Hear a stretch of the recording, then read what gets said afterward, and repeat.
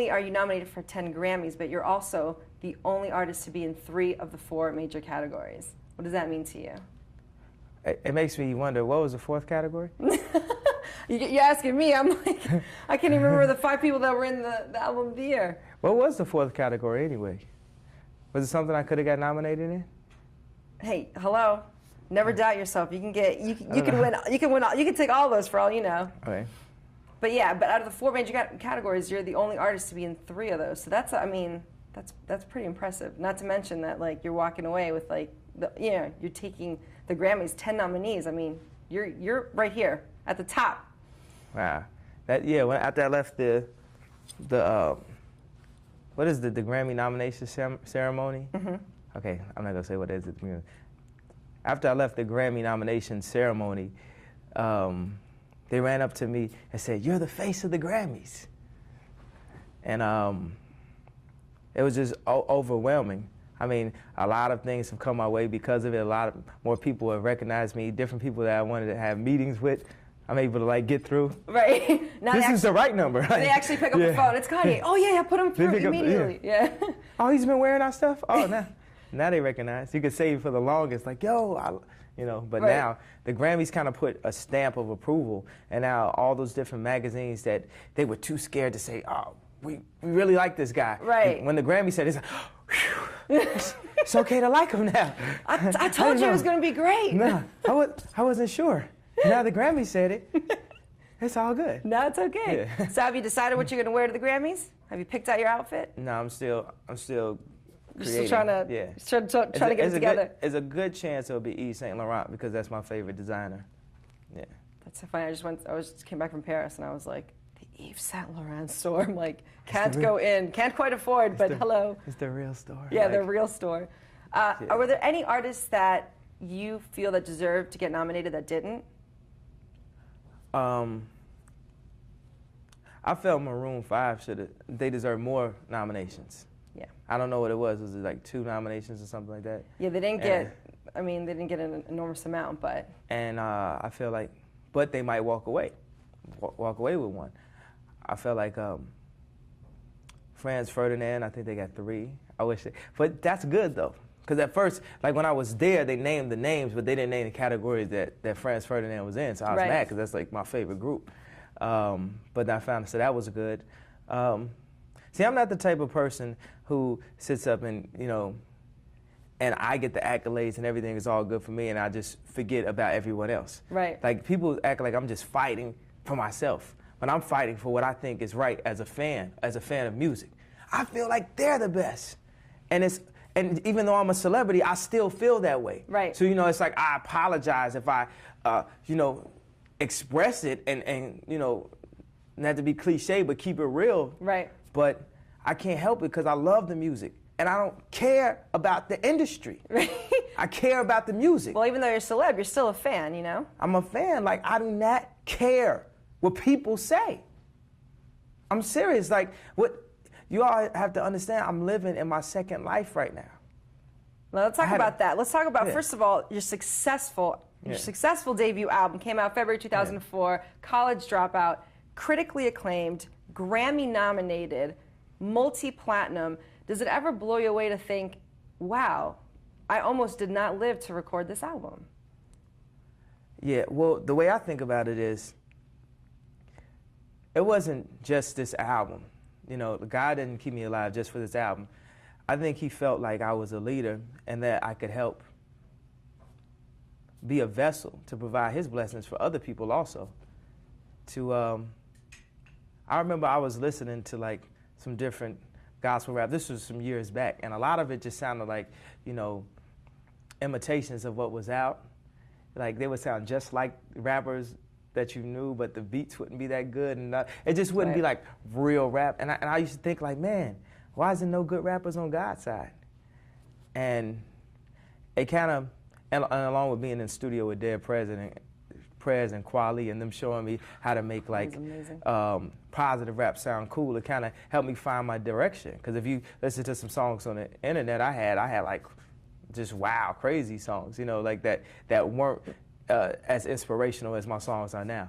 But now, you know, I'm still a regular person, and overall, I just want to have fun and have a good time. So if I say, now throw your motherfucking hands, get them hot, that's something, that's a motherfucker that your grandmother can appreciate, because it's to make people feel better. Right. It's not actually cursing. It's not cursing someone or downing them. It's like, feel better about yourself. The entire album was inspirational. The process of making the album was, or when I made this album, it was a part of my healing process. So I would tell people, you know, I was in the bed or whatever, I couldn't get to the studio, right. and I'd sneak in and work on this album. That's why all the choruses, when it comes to being true, at least true to me, one thing I found, oh, you never let me down, get up, I get down. No, I think stuff that makes you feel like jumping up and just, you know. Definitely, and as you documented in Through the Wire, your near fatal, you know, car accident, you were in a coma, you were on life support. I mean, what do you remember about the crash? I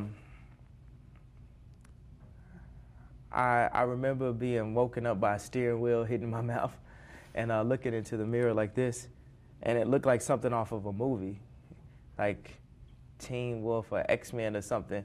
Like when they had to do the special effects to make your face get bigger, and they show you behind the scenes of how they did it, except for it was real life this time, and like, oh my God. And it got to the point my face was like this big, and then they had to put the collar around my neck, and right at the part where my mouth was broken, like down here and also here, like it's broken in 3 places. And I remember I had this chain, this angel chain on me, and I looked down to make sure that it wasn't like actually stuck in me, because I heard stories about people getting into accidents and their chain ends up like in their neck or something like that. Yeah. Oh. And the whole angel chain, say, oh, you must have had an angel with you. That's a piece of jewelry. Yeah, I had angels with me. Real angels. Right, exactly. This piece of jewelry, what is this? Like, it's just like clothing. And how long were you in the coma? Well, I wasn't in a coma, actually. Oh, really? Because, it was documented that you were in a coma. You know, they try to just soup it up a little bit. But I was in the cold. I remember it was freezing. On the, He's like, I wasn't in a coma. I was cold. Yeah. That was a typo. I remember this. I remember the lady at the hospital was mad rude to me, though.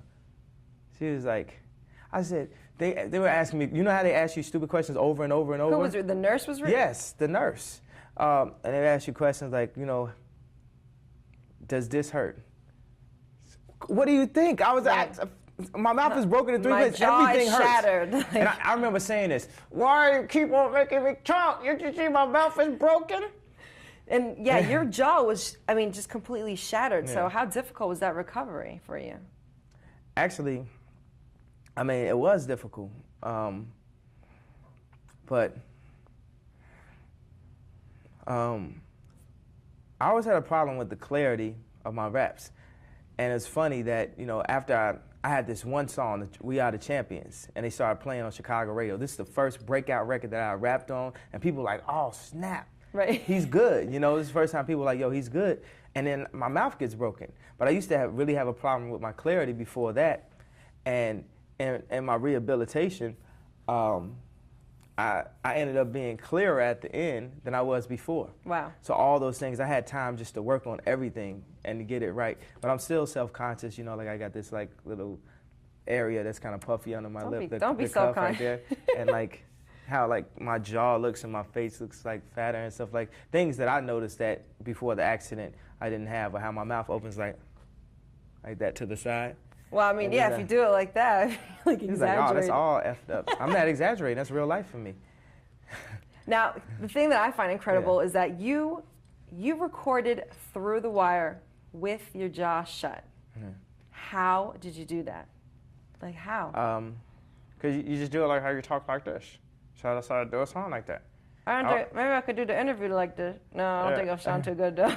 Yeah, all right, you're like a hit song. It worked for me. I mean, that's drive right there. I mean, you know what I mean? Like, when you have your jaw wired shut, you're like, you know what? I have my jaw wired shut. I'm just going to lay back a little bit and just... I just figured I'd take the opportunity because, I already had songs recorded like Jesus Walks and All Falls Down. And I figured that, if anything, once we finally got to Jesus Walks and it was like such this big song, people would look back like, yo, do you remember his first song? His mouth was wide shut. Yeah. And we just go down history, like the story about DMX getting signed and his mouth was broken. He rapped for Leor through his broken jaw. Yeah, definitely. And now, did the lines of Through the Wire, did those come to you like while you were laying in the bed or? Yeah, while I was laying in bed. I always think, I'm always being creative at all times. So, actually, I went into the studio, and they didn't want to give me a session, so I lied and said I was doing something else because his dog's playing around. He's going to the studio with his mouth wide shut. What's wrong with him? Right, this guy's playing games. Yeah, they always think I'm playing games. They always think that you're crazy. But if anybody who pushes the envelope has to go postal. So, and I always like doing stuff that people say I can't do, but now it's just like, you know, I can't even get credit for anything. I was like trying to find new goals for myself. Yo, like if I was to tell you something like right now, like, yo, I'm gonna go platinum. You'd be like, duh. But before, people used to look at me like I was crazy. Like, no, you can't rap. Right. You can't rap. And it was so fun. Well, what do you have to say to those people? I mean, now Grammy nominated, commercial success, critically acclaimed. What do you say to those people that sort of like didn't believe in you and said that you didn't have MC skills? This is what I'm saying. It was fun because you knew. Just imagine someone's telling you, you can't rap and you got Slow Jams and Jesus Walks on a CD in your pocket. You're gonna be like, man, it's like to me this last year was like it's like being at the pool hall and you walking in and the first couple shots you take is like, oh, like crazy, like you have to like rip the pool table up and stuff. And then right when people think that you're the worst player in the world, you come just straight ESPN on them. And what does that feel like? I mean, it feels great. Best feeling in the world. It feels like smashing somebody in Monopoly or like winning a card game. And you just like, I mean, so if you could say anything to those people, what would you tell them? I'm just saying, I'm telling them I'm having a good time and it's fun. And the fact that you didn't believe in me makes it funner. Because now it's just like, oh, it's expected. It's like they expect me to make something that's the greatest thing they ever heard. Right. And anything less than that is unacceptable. And it kind of puts you in I'm at a disadvantage. And I used to tell people all the time, I said, my problem is not the first album, it's the second one. Right. How do you live up to an album that took you 26 years to make in 2 years or 1 year? But all you can do is let those songs be and just try to make new music, which we're making new music. I'm in the studio with Common. It's phenomenal. I just finished John Legend's video. I directed his new video. Nice. I'm working on my new album, Late Registration.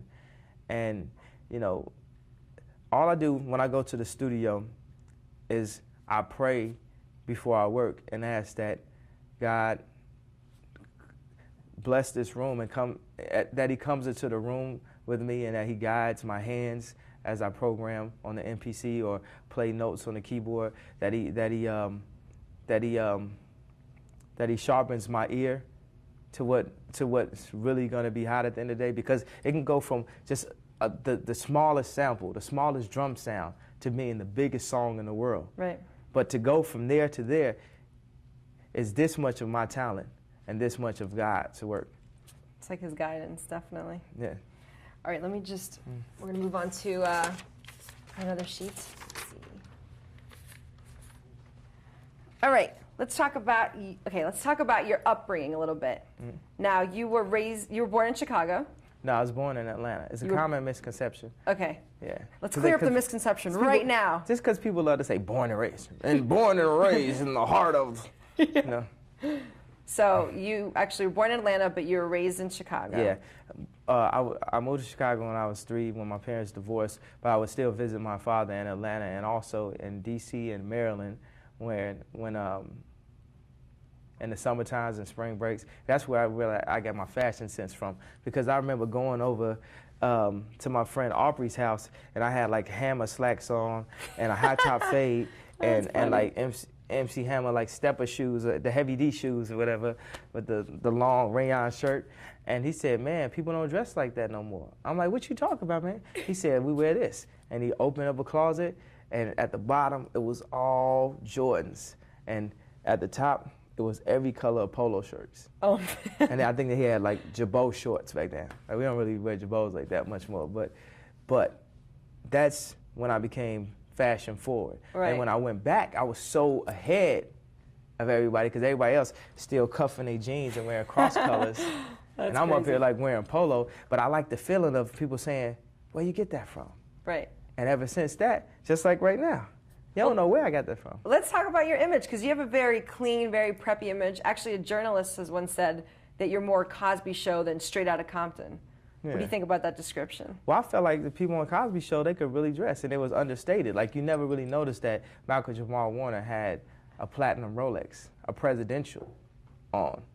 Now they're up there having TV shows about how he can't afford a $300 shirt or Gordon Gartrell, but he got this watch on. Right. And that's just a matter of people not having an eye for that. And I feel like in rap music is.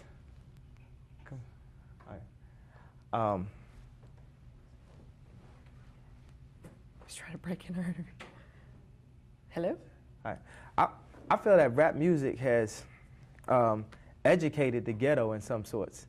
You know, like now you go into a store and you'll read a name and you'll know it because the Lil' Kim line will go through your head or a Jay-Z line will go through your head. Right, exactly. About Dolce & Gabbana, Christian Louboutin, Bulgari, or somebody would have said it. Right. So rap is educational in that sense. So my style, I don't think I really get enough credit for it.